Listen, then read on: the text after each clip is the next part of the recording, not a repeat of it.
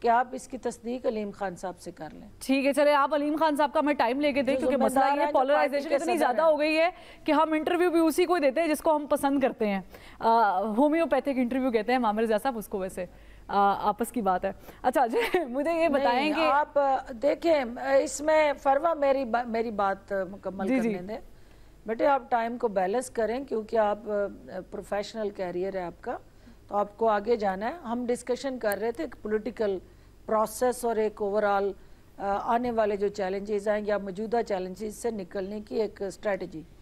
دیکھیں جتنی بھی پاکستان کی سیاسی جماعتیں ہیں اور جتنے بھی سیاست کرنے والی شخصیات یا افراد ہیں, کوئی بھی یہ نہیں چاہتا کہ پاکستان کے اندر جو عدم استحکام ہو, پاکستان معاشی سطح پہ کمزور ہو, پاکستان کے جو عوام ہے وہ اس مہنگائی کی چکی میں پیسے, پاکستان میں بے روزگاری اس طرح سے پنجے گاڑے.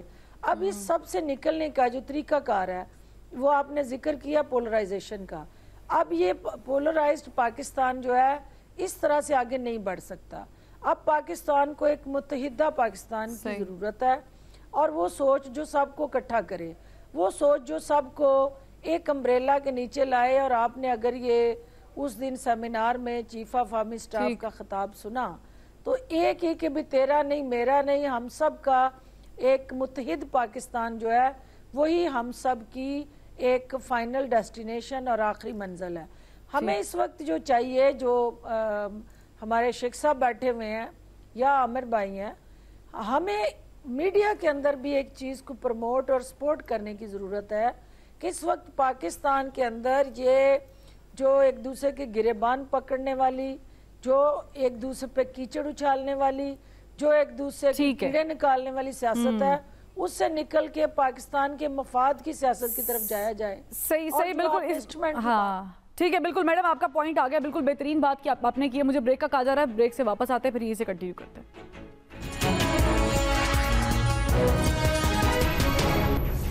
Welcome back. عامر رضا صاحب, استحکام پاکستان بن بھی گئی, الیکشنز میں دیکھ بھی لیں گے, لیکن کیا کامیاب ہو جائے گی پاکستان تحریک انصاف کے ووٹ بینک کو توڑنے میں, خاص کر کے پنجاب میں؟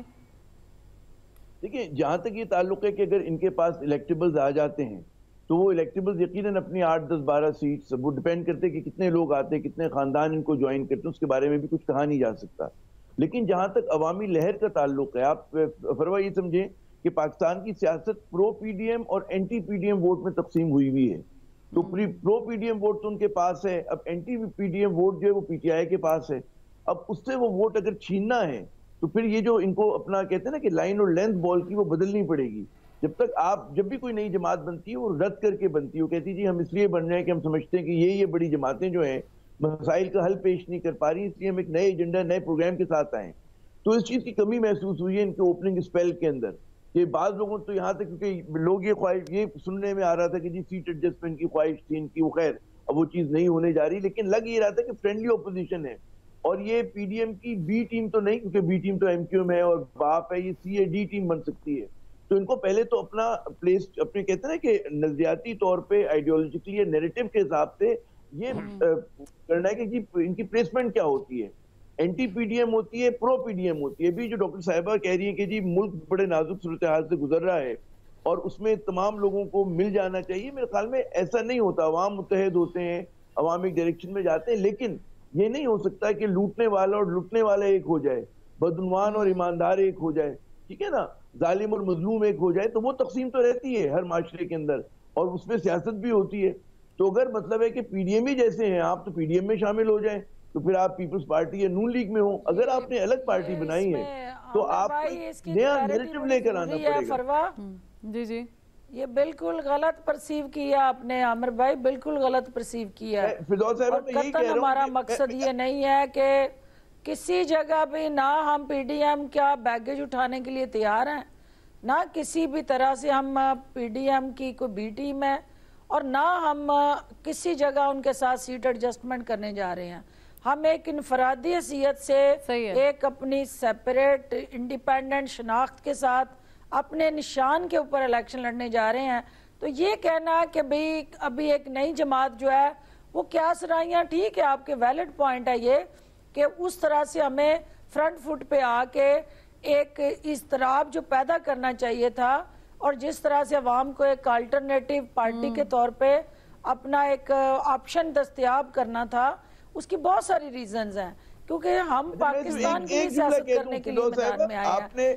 اگر عامر بھائی اگر ہم پاکستان کو مزید انریسٹ کی طرف نہیں لے کے جانا چاہتے اس پوائنٹ پہ، عامر صاحب آپ کی طرف آتی ہوں، آئی ایم ایف نیگوشیٹ کر رہا تھا، جی میڈم، آئی ایم ایف چونکہ عامر بھائی نیگوشیٹ کر رہا تھا، آئی ایم ایف کا پاکستان کو ڈیفالٹ کرنا یا کروانا ہمارا ٹارگٹ نہیں تھا، ہم اس پولیٹیکل سپیس پہ کھیلنا چاہتے ہیں اپنی علیحدہ شناخت اور پہچان کی بنیاد پہ، لیکن ہم یہ بھی نہیں چاہتے کہ ہماری کوئی ایسی غیر ذمہ دارانہ ہمارا عمل جو ہے پاکستان کے لیے مشکلات پیدا کرے۔ ٹھیک ہے میڈم، ٹھیک ہے، گاٹ یور پوائنٹ۔ عامر صاحب پی ڈی ایم کے اندر بیٹھے ہیں، پی ڈی ایم ہمارے سیاسی حریف ہیں، لیکن ہم سب سے پہلے پاکستان اور ریاست، چلیں گاٹ یور پوائنٹ، اچھا پوائنٹ دیا آپ نے، اچھا ڈاکٹر صاحب کا پوائنٹ اٹھایا ہے عامر صاحب، نہیں بنانا ہماری ذمہ داری ہے۔ ٹھیک ہے عامر صاحب، لیکن میڈم، لیکن پوائنٹ یہ ہے کہ اون چودھری صاحب ایس اے پی ایم تھے جب اس پارٹی کو اناؤنس کیا گیا۔ عامر صاحب جی میں یہ کہہ رہا تھا فروا صاحبہ کہ ہمیں شکریہ ادا کرنا چاہیے ڈاکٹر صاحبہ کا کہ انہوں نے بڑی خبر دی ہے آپ کو، آج آپ کے پروگرام میں خبر دی ہے کہ وہ جو ہے بی ٹیم نہیں ہے اور وہ ان کے سامنے کھڑی ہوں گی، کیونکہ دیکھیں سیاست اچھی بات ہے، ہاں بڑی اچھی بات کی، مجھے پسند آئی یہ بات، کیونکہ میں جانتا ہوں ان کو جب یہ انفارمیشن منسٹر ہوا کرتی تھی بڑی ایفیکٹو تھی، تو ان کو نیریٹو کا بیانیے کا کھیل پتا ہے۔ اب اگر مجھ جیسا آدمی کو بھی تاثر مل رہا ہے تو یہ بڑی خطرناک بات ہے، تو ان کو بڑے زوردار طریقے سے کلیریفائی کرنا ہوگا کہ جی ہم پی ڈی ایم کا بوجھ نہیں اٹھائیں گے۔ نون لیگ نے، میں آپ کو بتاؤں، 1 منٹ صرف دے دیں مجھے، کہ یہ بڑے سوچ سمجھ کے جان بوجھ کے یہ ایک بیانیہ جو ہے پریس کانفرنسز کر کے اس کو گڑا گیا، اس کو پلانٹ کیا گیا، اس کو مارکیٹ کیا گیا کہ کوئی بات نہیں، ہمیں ان سے کوئی فرق نہیں پڑتا، ہماری ان سے آپ سمجھے ہم ہی ہیں۔ یہ ہماری پوزیشن کو ملائن کرنے کی ایک سوچی سمجھی سازش کہہ لیں، ٹھیک ہے، سازش ہے یہ، جی عامر صاحب، جس کی ہم سختی سے تردید کرتے ہیں۔ فردوس صاحبہ کا بڑا اچھے کمیونیکیشن اسکل ہے، اور مجھے یقین ہے کہ اس تاثر کو جو میرے خیال میں کراچی تک خیبر ہے، اس کو جتنا جلد آپ لوگ دور کریں گے وہ آپ کی جماعت کے حق میں بہتر ہوگا، تاکہ مضبوطی سے، آپ نے بڑا اچھا جملہ کہا کہ پی ڈی ایم کا بوجھ نہیں اٹھائیں گے۔ اور مجھے یاد ہے فردوس صاحبہ جو تنقید کیا کرتی تھی نون لیگ کے اوپر اور پاکستان پیپلز پارٹی پہ مختلف حوالوں سے، تو وہ اگر آپ یاد کریں تو میں سمجھتا ہوں کہ یہ اچھا خوشائند ہوگا کہ اپنی پوزیشن جو ہے کلیریفائی کریں اور اس تاثر کو زائل کریں کہ یہ دوسری بات عامر بھائی، آپ مجھے بتائیں کہ کون وہ سیاسی میدان کا کھلاڑی ہوگا کہ جو اس کشتی میں جس میں اتنے سوراخ ہوں اور پتا ہو کہ وہ مجدار میں ڈوبے گی، اور اس کے اوپر کون بیٹھے گا، بتائیں نا مجھے۔ اور نئی جنم لینے والی کوئی جماعت یہ غلطی کر سکتی ہے؟ ٹھیک ہے، چل مجھے بریک کا کہا جا رہا ہے۔ شیخ صاحب آپ چونکہ خاموش ہیں، آپ سے بھی سوال کرتے ہیں، لیکن بریک لے لیتے ہیں۔